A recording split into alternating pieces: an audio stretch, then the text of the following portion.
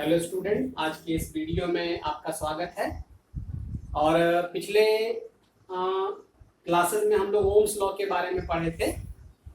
तो एक क्वेश्चन मैंने डिस्कस किया था कि किस वायर का रेसिस्टेंस ज़्यादा होगा। तो उस क्वेश्चन को मैंने पिछले वीडियो में भी डिस्कस किया था, लेकिन इस वीडियो में मैं एक बार फिर से डिस्कस कर रहा हूँ ताकि जो कन्फ्यूजन होते हैं एग्जाम के क्वेश्चंस को बनाने में वो क्लियर हो जाए। कंफ्यूजन क्या होता है, देखिए क्वेश्चन होगा कि in given figure which of the following wire have more resistance. Given figure में किस वायर का रेसिस्टेंस ज्यादा है। लेकिन स्टूडेंट फिगर में कंफ्यूजन होता है, कभी क्वेश्चन में ये फिगर होगा, कभी क्वेश्चन में ये फिगर होगा। आप सोच रहे होंगे कि सर दोनों फिगर तो एक ही है, सेम सेम दिख रहा है। नहीं student, there is some little difference in these two figures. If you watch it carefully, you observe that a minor difference is there. And what is the difference? This is VI. देखेंगे इसमें ऊपर V लिखा हुआ है, नीचे I लिखा हुआ है। And this is IV. ऊपर I लिखा हुआ है और नीचे क्या लिखा हुआ है, V लिखा हुआ है। अब यही डिफरेंस है कि VI होगा तो क्या करेंगे और IV होगा तो क्या करेंगे। तो आइए शुरू करते हैं। यहां तक का स्टूडेंट कैलकुलेशन दोनों का सेम है, देख लेंगे आप। इसमें भी सबसे बड़ा ए का एंगल है, मैंने बताया था कि एंगल हॉरिजेंटल एक्सिस के साथ लेना है। तो सबसे बड़ा ए का एंगल है, फिर बी का और सबसे छोटा सी का, तो ऐसे लिख देंगे। इसमें भी स्टूडेंट जिसका बड़ा एंगल है ऐसे करके लिख दीजिए। और जितना बड़ा एंगल होता है स्टूडेंट उतनी बड़ी tan की वैल्यू भी होती है। तो एंगल ए का बड़ा है तो वैल्यू में भी ए का बड़ा होगा tan में। तो इसीलिए tan थीटा ए बड़ा, ये एकदम सिंपल है। और इसमें भी वही चीज। अब यहां से आगे थोड़ा सा आपको ध्यान रखना है कि अगर VI ग्राफ है तो tan थीटा के बदले में रेसिस्टेंस लिखेंगे, और अगर I भी है तो tan थीटा के बदले में 1/, रेसिस्टेंस लिखेंगे। यहीं पर ध्यान दें, VI है तो tan थीटा के बदले में क्या लिखेंगे, रेसिस्टेंस।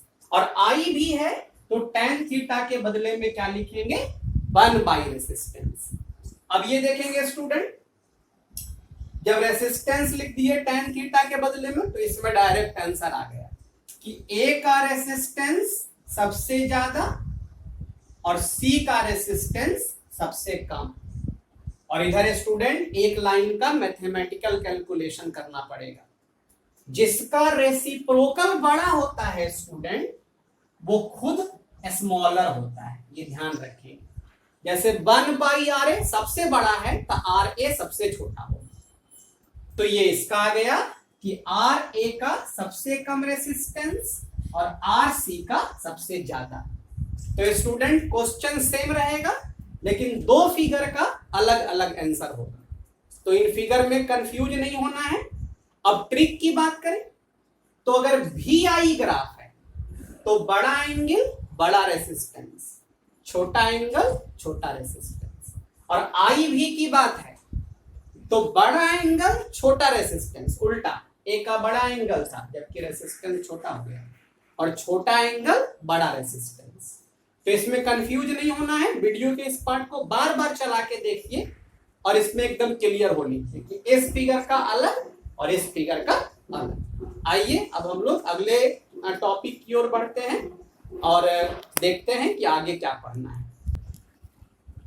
अब स्टूडेंट ओम्स लॉ को समझने के बाद हम लोगों के पास एक इंपॉर्टेंट टॉपिक है, कॉम्बिनेशन ऑफ रेसिस्टेंस। मतलब रेसिस्टेंस को कैसे जोड़ेंगे आपस में।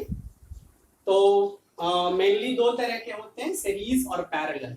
एक और होता है मिक्स, तो वो कुछ नहीं होता है, दोनों को अगर मिला दिया जाए तो वो मिक्स हो जाएगा। तो पहले हम लोग सीरीज पैरेलल डिस्कस करेंगे और फिर मिक्स के बारे में डिस्कस करेंगे। तो मेन इसमें होता है स्टूडेंट प्रॉब्लम कि कैसे पहचानेंगे कि कॉम्बिनेशन सीरीज है कि पैरेलल है। तो पहचानने का तरीका सीखिए स्टूडेंट। एक रेसिस्टेंस खत्म तो दूसरा शुरू हो जाना चाहिए, एक के इंड से दूसरे का इंड, दूसरा खत्म तो तीसरा शुरू हो जाना चाहिए। ये नहीं कि यहां से एक और शुरू हो जाए, तब ऐसे नहीं, एक के इंड से सिर्फ दूसरे का इंड कनेक्टेड होना चाहिए।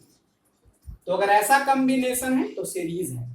अब कोई जरूरी नहीं कि सीधा ही होना चाहिए, ये भी देखिए, एक खत्म हो गया तो दूसरा शुरू हो गया, दूसरा खत्म तो तीसरा शुरू, तीसरा खत्म चौथा शुरू, एंड टू एंड। तो इसीलिए इसका डेफिनेशन भी होता है कि if two or more resistances are combined end to end then combination is known as series combination। अब स्टूडेंट, चूंकि कॉम्बिनेशन का मतलब होता है दो या उससे ज्यादा रेसिस्टेंस जोड़ना, तो हम लोगों को एक क्वेश्चन आएगा कि इस पूरे की वैल्यू बताइए। ये जो आप तीन रेसिस्टेंस जोड़े या इधर 1 2 3 4 5 कॉम्बाइन किए, तो इस पूरे की वैल्यू बताइए और बाकी इंडिविजुअल की वैल्यू गिवन होगी। तो स्टूडेंट, अगर सीरीज में पूरे की वैल्यू को कहते हैं इक्विवेलेंट रेसिस्टेंस। तो अगर सीरीज में है तो कुछ नहीं करना है, सारे रेसिस्टेंस को आपस में ऐड कर देना है, ऐड करके जो वैल्यू आएगा वही इक्विवेलेंट रेसिस्टेंस होगा। और अगर सारे रेसिस्टेंस की वैल्यू सेम है, जैसे सब 5 ओम है स्टूडेंट, तो फिर ऐड भी नहीं करना, काउंट कर लेना है कितने हैं, 1 2 3 4 5। तो रेसिस्टेंस की वैल्यू भी 5 और नंबर भी 5, तो दोनों को मल्टीप्लाई कर देना, ऐड भी करेंगे तो वही आएगा 5 5 5 5 5। तो ऐड भी कर सकते हैं, और अगर वैल्यू सेम है तो रेसिस्टेंस की वैल्यू से नंबर ऑफ रेसिस्टेंस को मल्टीप्लाई कर दें। तो ये कैलकुलेट हो गया इक्विवेलेंट रेसिस्टेंस। मैं और भी न्यूमेरिकल बताऊंगा, पहले समझ लेते हैं। और पैरेलल कॉम्बिनेशन स्टूडेंट कैसे पहचानेंगे, इसलिए मैंने 2-3 तरह का डायग्राम बनाया है ताकि आपको ये आइडेंटिफाई करने में प्रॉब्लम नहीं हो कि either the given combination is series और पैरेलल। तो पैरेलल को देखिए, इसमें क्या देखना है, इसमें आपको देखना है कि हर रेसिस्टेंस का एक पॉइंट यहां भी एक साथ होना चाहिए और फिर दूसरा भी कहीं और एक साथ होना चाहिए। हर रेसिस्टेंस का फर्स्ट पॉइंट भी एक साथ होना चाहिए और सेकंड पॉइंट भी क्या होना चाहिए, एक साथ। तो ये पैरेलल है। अब स्टूडेंट, अगर कोई ये पूछे कि अच्छा ये बताइए ये कौन सा कॉम्बिनेशन है, तो अगर स्टूडेंट मैं ये हटा दूं, ये कनेक्शन ऊपर वाला और ये, तब तो ये सीरीज हो गया, पहला खत्म दूसरा शुरू, दूसरा खत्म तीसरा शुरू। लेकिन स्टूडेंट, इसी कॉम्बिनेशन को थोड़ा वायर से और कनेक्ट कर दिया जाए ऐसे, तो ये पैरेलल हो गया। कैसे पैरेलल हो गया, तो ध्यान से देखेंगे, यहां पे आप देखिए, मैं रेसिस्टेंस की नेमिंग कर दिया 1 2 3। तो सेकंड का एक पॉइंट यहां है, थर्ड का भी एक पॉइंट यहां है और फर्स्ट का कोई पॉइंट वहां नहीं था, लेकिन वायर से देखिए कनेक्ट कर दिया है, तो फर्स्ट का भी एक पॉइंट वहां चला गया। तो आप गौर से इस पॉइंट को देखेंगे, वहां पे हर रेसिस्टेंस का एक एक पॉइंट कनेक्टेड है। सेकंड का तो आपको साफ साफ दिख रहा है, थर्ड का भी साफ साफ दिख रहा है, फर्स्ट का कोई पॉइंट वहां नहीं था, लेकिन वायर से देखिए जोड़ दिया गया। तो इस पॉइंट पे तीनों रेसिस्टेंस के एक एक इंड है। अब इस पॉइंट पे आइए स्टूडेंट, सेकंड का एक इंड है, फर्स्ट का एक इंड है और थर्ड का नहीं था, थर्ड उधर था, लेकिन वायर से ला दिया गया यहाँ पे। तो यहाँ भी तीनों का एक एक पॉइंट है और यहाँ भी तीनों का एक एक पॉइंट। तो ये दोनों सेम है स्टूडेंट, सिर्फ फिगर का डिफरेंस है, तो कंफ्यूज नहीं करना है। ये सीधा फिगर है तो पैरेलल दिख रहा है आपको, ये भी थोड़ा कॉम्प्लेक्स है, लेकिन अगर इसको रीअरेंज करेंगे तो ऐसा ही हो जाएगा। तो ये भी पैरेलल है। उधर भी आप देख रहे होंगे एक और फिगर है, वो भी पैरेलल है।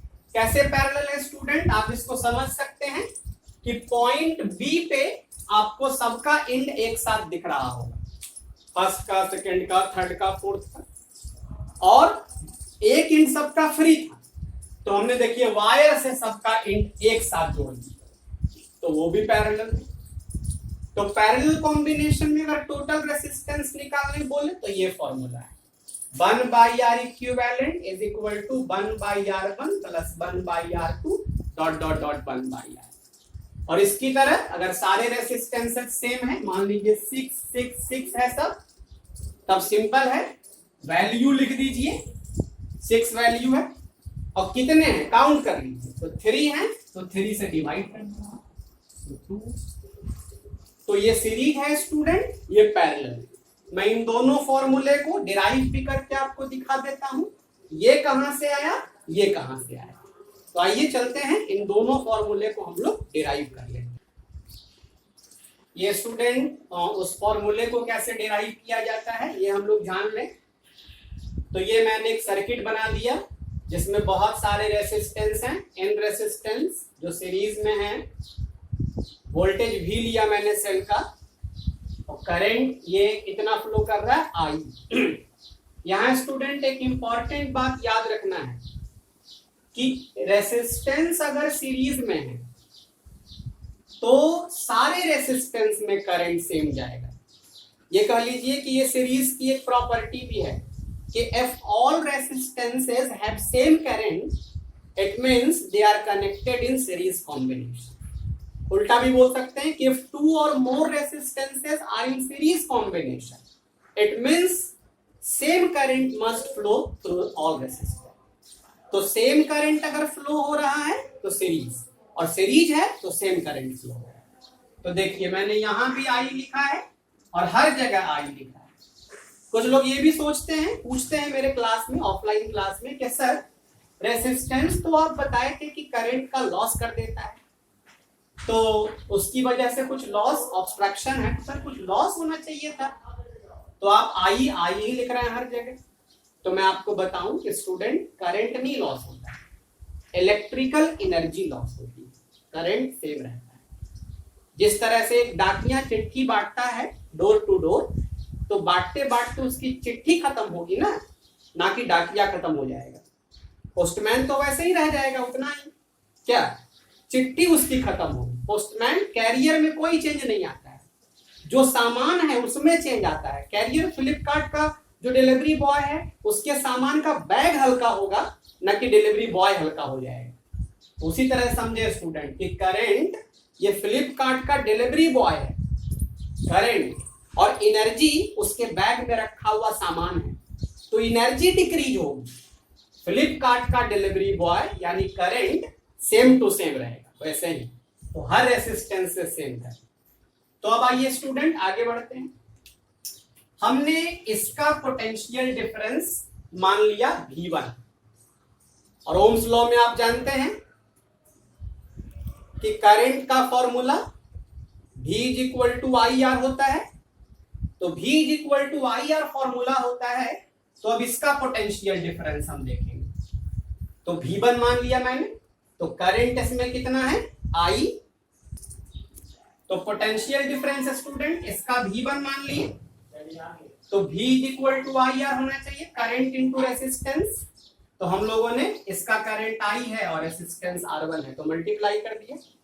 इसके बाद student V2 is equal to IR, इसका potential difference same to same current इसका निकालना है, तो इसका करंट इनटू इसका रेसिस्टेंस, इसका करंट इनटू इसका रेसिस्टेंस, वैसे ही करके सबका कैलकुलेट कर लिए और फिर सबको ऐड कर दिए स्टूडेंट। वहां देखेंगे तो ऐड कर दिए सबको, तो सबको ऐड करके तो V ही आ जाएगा, क्योंकि यही ना सबको पोटेंशियल डिफरेंस दे रहा है।